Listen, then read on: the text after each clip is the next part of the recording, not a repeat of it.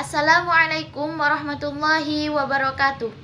Yang terhormat Dr. Abdul Wadud Nafis, LC.MEI, selaku dosen pengampu mata kuliah Sejarah Peradaban Islam dan Islam Nusantara. Perkenalkan, saya Dwi Restu Atikoh, NIM E 2019-1014, saya dari kelas Perbankan Syariah 1. Baik, di sini saya akan menjelaskan tentang perkembangan politik Islam di Asia Tenggara, khususnya di Kerajaan Malaka dan Nusantara. Ada 5 poin yang akan saya sampaikan. Yang pertama, munculnya Islam di Asia Tenggara. Yang kedua, tahapan perkembangan Islam di Asia Tenggara. Yang ketiga, perkembangan politik Islam di Kerajaan Malaka. Yang keempat, perkembangan politik Islam di Nusantara. Dan yang terakhir, perkembangan kemajuan Islam di Asia Tenggara. Yang pertama, munculnya Islam di Asia Tenggara. Dalam proses masuknya Islam di Asia Tenggara, ada beberapa jalur yang digunakan. Nah, jalur-jalur ini tetap menyesuaikan dengan budaya Timur, yaitu mengedepankan kerahmatan. Sehingga dengan hal ini menjadikan Islam lebih mudah masuk dan berkembang di kawasan ini. Menurut Jendra Sasmita, ada beberapa saluran Islamisasi, di antaranya yang pertama yaitu saluran perdagangan. Nah, saluran perdagangan ini menjadi penyebab kuatnya pengaruh peradaban Islam di Asia Tenggara. Nah, dengan saluran perdagangan ini menciptakan interaksi antara pedagang Islam dengan pedagang asli di Asia Tenggara. Oleh karena itu, melalui saluran perdagangan ini membantu mempercepat proses Islamisasi. Yang kedua yaitu saluran perkawinan. Nah, saluran perkawinan ini lebih menguntungkan apabila terjadi antara saudagar muslim dengan anak raja atau anak bangsawan. Sebelum mereka dinikahi, mereka terlebih dahulu diislamkan. Setelah mereka mempunyai keturunan, wilayah mereka semakin luas hingga terbentuk beberapa perkampungan, daerah-daerah, dan kerajaan Islam.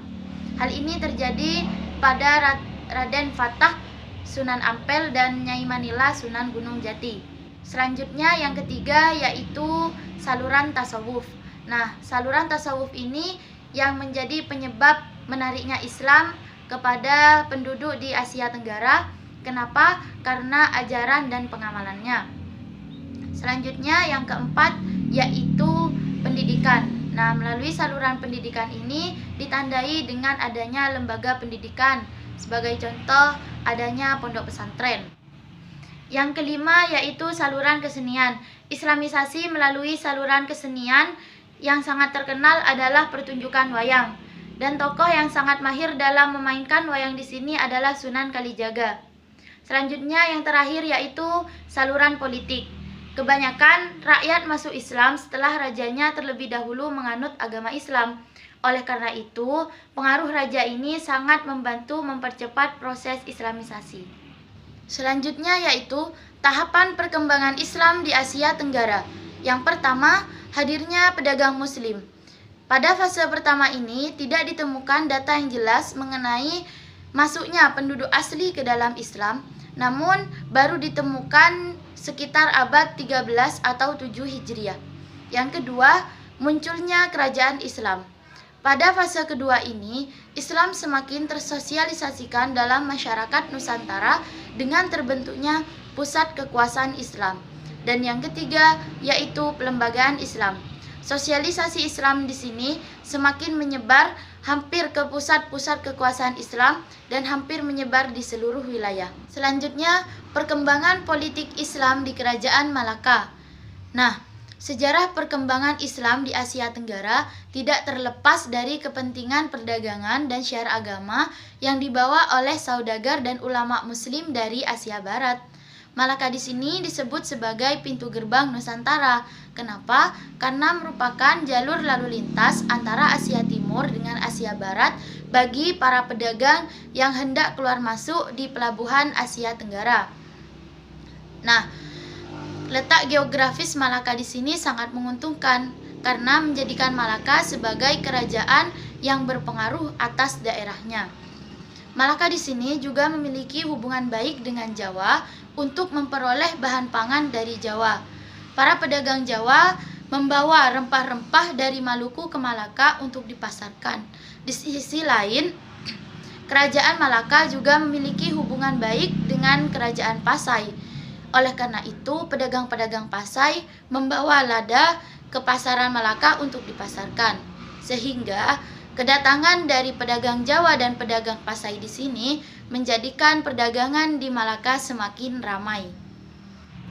Salah satu upaya untuk meningkatkan aktivitas perdagangan di Malaka, para Misora menganut agama Islam dengan mengubah namanya menjadi Muhammad Iskandar Shah dan menjadikan Malaka sebagai kerajaan Islam di Asia Tenggara. Wilayah Malaka semakin diperluas hingga semenanjung Malaka. Pada masa pemerintahannya, Iskandar Shah memiliki visi menjadikan Malaka sebagai penguasa jalur tunggal perdagangan di Selat Malaka. Untuk mewujudkan visi tersebut, terlebih dahulu Iskandar Shah harus menguasai Samudra Pasai. Oleh karenanya, Iskandar Shah memiliki politik perkawinan dengan mengawini salah satu putri raja dari kerajaan Samudra Pasai tersebut. Kerajaan Malaka mencapai puncak kejayaannya pada masa pemerintahan Sultan Mansur Shah, di mana Malaka telah berhasil menjadi pusat perdagangan dan penyebaran Islam di Asia Tenggara. Akan tetapi, perkembangan politik Islam di Kerajaan Malaka mengalami penurunan pada masa pemerintahan Sultan Alauddin Shah karena banyak daerah taklukan dari Kerajaan Malaka melarikan diri sehingga perang dan pemberontakan itu terjadi. Nah, Kerajaan Malaka semakin mengalami penurunan pada masa pemerintahan Sultan Mahmud Shah sehingga bangsa Portugis berhasil menduduki Kerajaan Malaka. Baik, selanjutnya perkembangan politik Islam di Nusantara. Islam sudah masuk ke Indonesia sejak abad ke-7 dan mulai dianut oleh beberapa orang di Indonesia baik sebagai hukum maupun sebagai agama. Pengaruh politik Islam yang semakin kuat dan perekonomian di Indonesia yang semakin berkembang menjadikan Belanda dan Portugis ingin menguasai Indonesia. Akan tetapi, umat Muslim bangkit dan menyusun strategi baru, yaitu melakukan perlawanan bukan dengan fisik lagi, melainkan dengan organisasi. Lahirnya organisasi keislaman modern, diantaranya yang pertama yaitu Syarikat Islam. Syarikat Islam didirikan di Solo pada tanggal 16 Oktober 1905 dengan sifat nasional dan dasar Islam yang tangguh. Syarikat Islam di sini merupakan organisasi Islam tertua umumnya dibandingkan dengan organisasi yang ada di tanah air. Selanjutnya yang kedua yaitu Muhammadiyah. Muhammadiyah didirikan pada tanggal 18 November 1912. Ahmad Dahlan mendirikan Muhammadiyah untuk menciptakan pembaharuan Islam di Nusantara. Pembaharuan ini meliputi dari cara berpikir dan beramal sesuai dengan tuntutan Islam.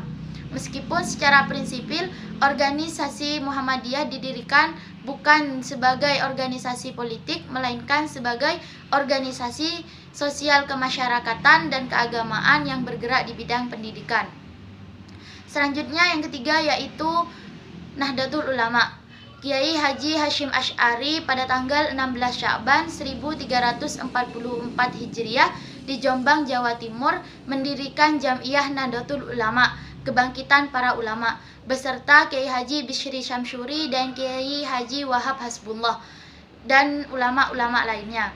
Nah, Nahdlatul Ulama di sini merupakan organisasi sosial kultural berbasis pedesaan yang konservatif dengan anggota kurang lebih 35 juta orang atau sekitar 20% dari penduduk di Indonesia.